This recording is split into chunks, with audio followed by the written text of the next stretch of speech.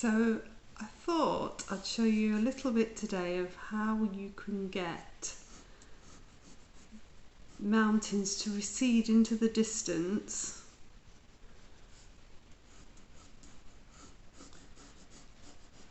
and a really nice sky.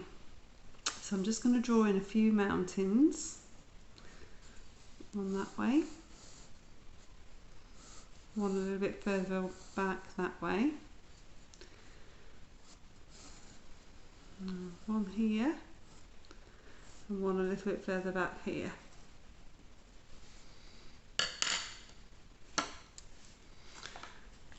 I've got a few colours here, a dark brown, an ultramarine blue, a cadmium yellow and a tiny bit of purple.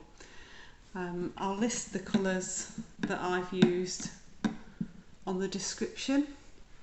So I'm just going to pop on a little bit of water into the sky.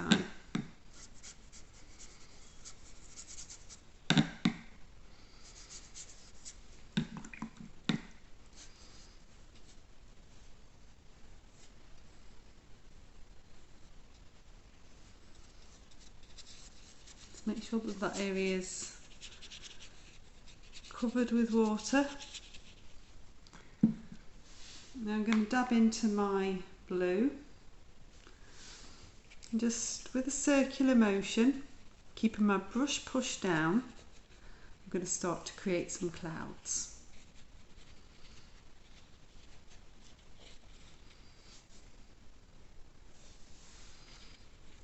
So I'm just loading my brush up with water, then dabbing it into that ultramarine blue paint and then pushing down onto the paper. So if you let go, that's when it explodes. So you've got to keep push down and keep moving. You'll get a really nice effect.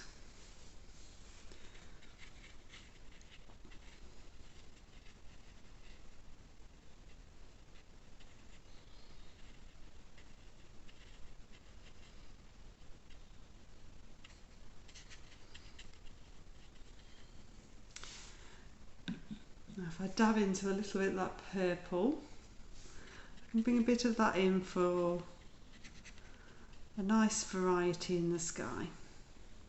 You can use a little bit of grey as well. It's always nice to have more than one colour in a sky, especially a cloudy sky.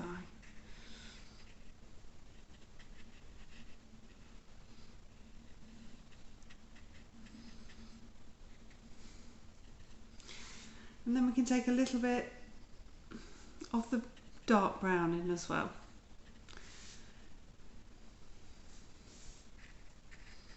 The dark brown will start to make more of a grey as you mix with the blue.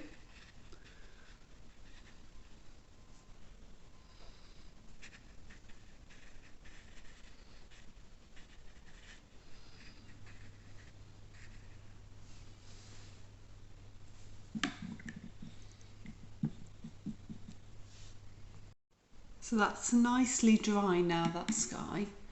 And I'm going to start with the furthest away mountain first. So I'm going to wet this area. I'm just using a round number 6 and I'm going to use the sky colours. So we're going to use some of the blue,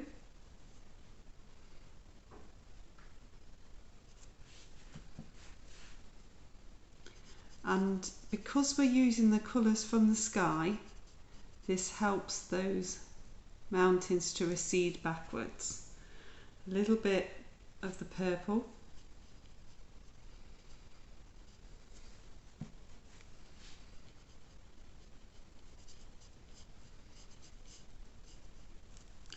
and a little bit of brown.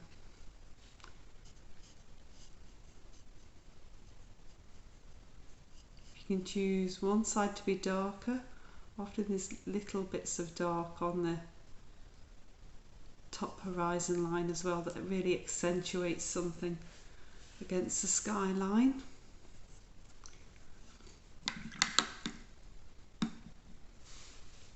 Then we're going to continue coming forward. So I'm going to pop a little bit of water onto the next one.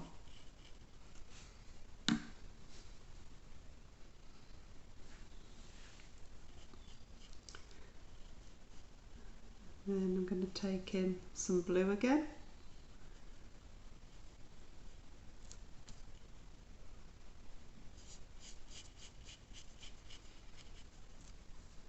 A little bit more blue this time. We're going to get bolder as we come forward, because bolder in the foreground makes something stand forward.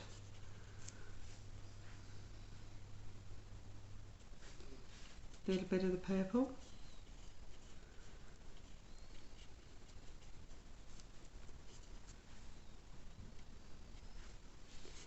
And a little bit of the brown. You notice how when I'm taking this colour in, I'm following the line of the land, so I'm sweeping down the edge of the mountain, and then because the paint's quite thick on the brush, it's staying put.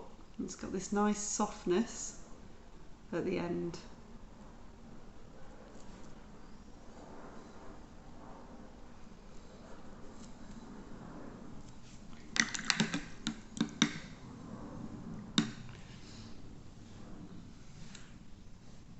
So that one's got a little bit bolder and it's coming forward. Then the next one is this one, so a little bit of water.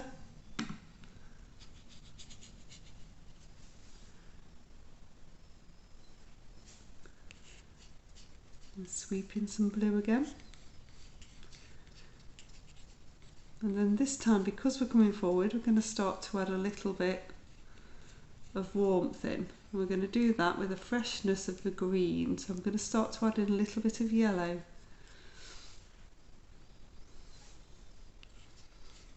So I'll have a little bit of that purple dashed in as well.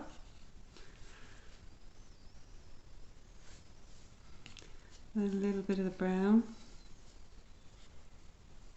Same colours from the sky coming through again.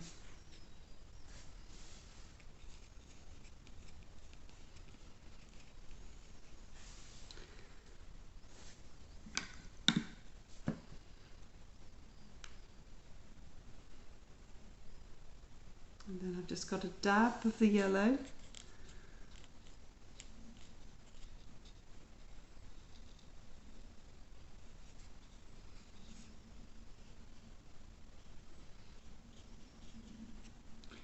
And bring that in to make a little bit more of a green. If it's a bit too yellow, add a bit more blue.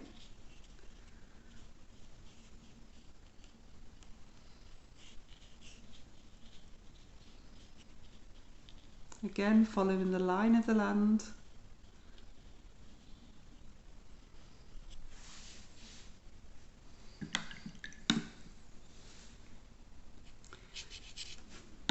Coming on to this one, which is our closest one.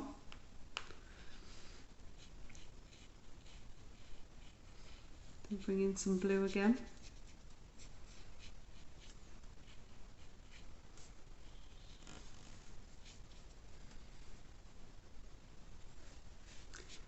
I'm going to bring in a little bit of yellow.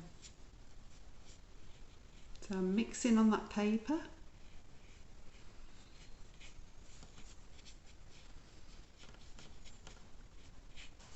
Line of the land.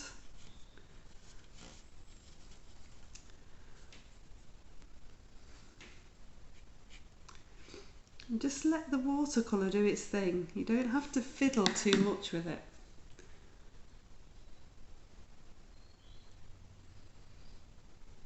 And then I'm going to pop in a little bit of the brown. So this one's really nicely warming up. If I pop some of the blue and the brown on the brush together, I'll get a much darker blacky grey colour.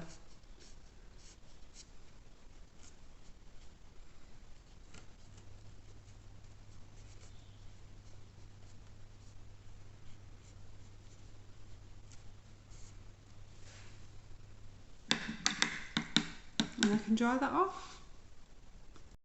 I've also got a bit of a plastic bank card here, and I can use the edge to indent the paper create craggy effects.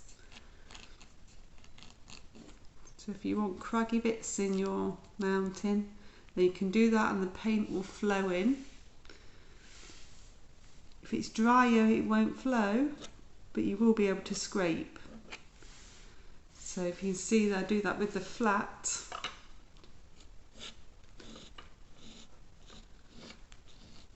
The card, you can scrape and create some lovely craggy effects. It's got to be the right wetness. If you scrape and then it disappears, it's too wet.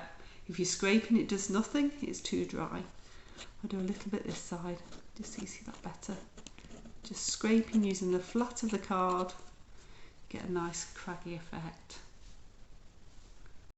So once you've got to this point and it's dry, it's really effective as it is, but you can add a few more craggy bits with paint.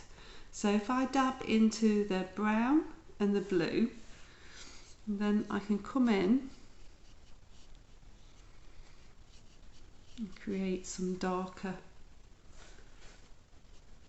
areas within here.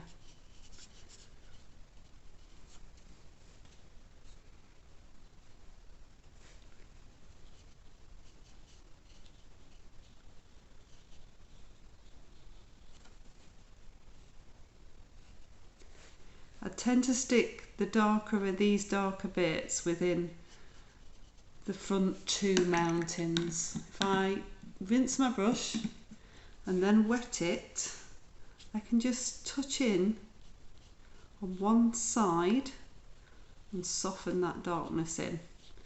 So I'm just touching one side and blending that in.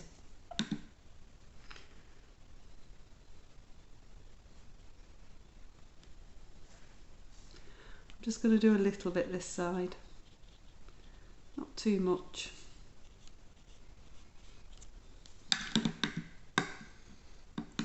And again, rinsing my brush, wetting that, and then just softening that one side, the lower side. It just gives a little bit more definition. With that grey, I can pop a little bit of colour just down one side. I'm going to continue this on my next video to show you how to do still water, so tune into that one if you want to see that. Thank you.